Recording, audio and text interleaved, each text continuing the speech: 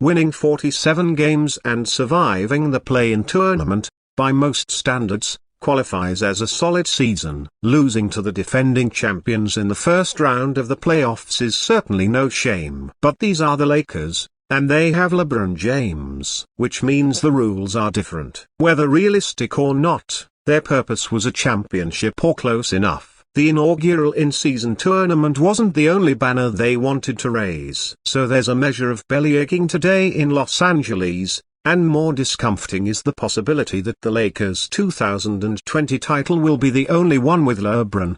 He'll turn 40 next season. Hard as it is to believe, LeBron will regress soon enough. That's not including the assumption that next season will be spent with the Lakers. Prepare for an Armageddon summer of free agent speculation. Can the Lakers salvage what's left of him? Or will they be a 45-ish win team that reaches the playoffs but does nothing special on his remaining watch, which is ticking?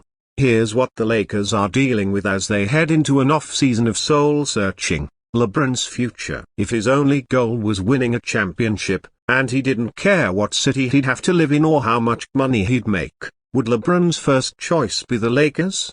Probably not. But let's be realistic. LeBron isn't going to Oklahoma City, one of only a handful of contenders with room under the cap. Besides, his wife doesn't want to leave LA, where his son Bryce is playing high school ball. Actually, one team could pull a power play. The Clippers. They have the richest owner in team sports, will move to a new arena next season, can bring back Paul George or James Harden, have a coach that LeBron knows and respects until, and last we checked, are based in LA.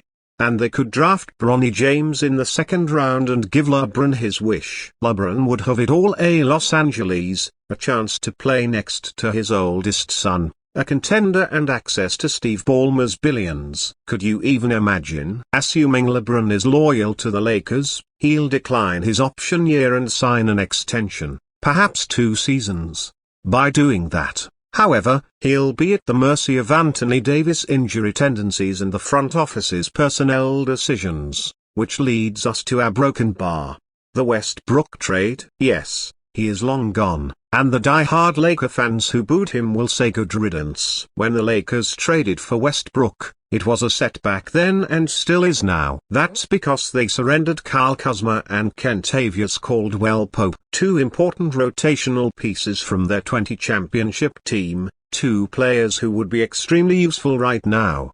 Plus, they let Alex Caruso sign with the Bulls. That's 3 players, 2 of them good defenders who could have given Jamal Murray some problems. Who are missed? Could Trae Young help? Well, that depends. Young brings offensive weapons but is vulnerable defensively, and that could present serious issues for a team that, besides Davis, isn't elite at the other rim.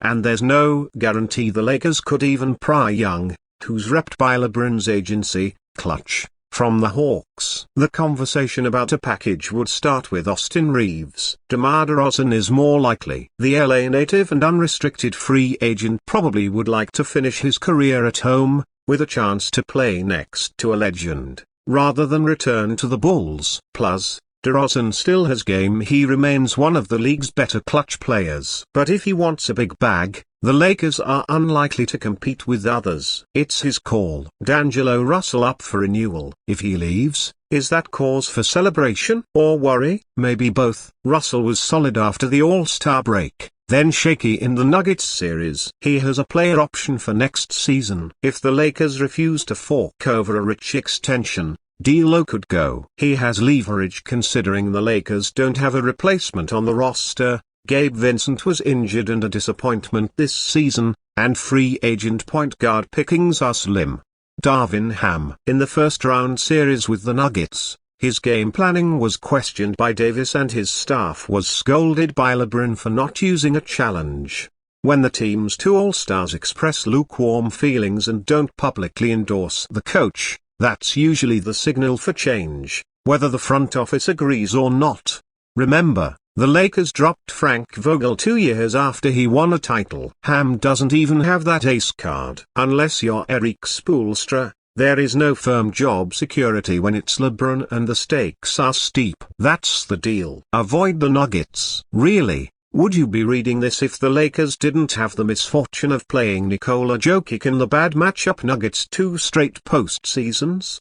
So that's the situation this summer in LA. It all starts with LeBron and his mindset and his whims. Once he signs up for another and likely last tour of duty, the Lakers can take the necessary next steps. But they were fortunate in this respect in 2023-24, LeBron and AD were healthy. There's no guarantee that'll repeat itself. And the Lakers still couldn't avoid the play-in tournament. The competition in the West is not only brutal, but plump with up-and-coming teams threatening to pass the Lakers by. Unlike the Lakers, the Thunder, Wolves and Mavericks managed to build gradually and are led by superstars still in their 20s. They're not going anywhere. They're here for the longish haul. The Lakers are on LeBron James time. That's different. Maybe 2 more years, tops, before the rebuild or reload.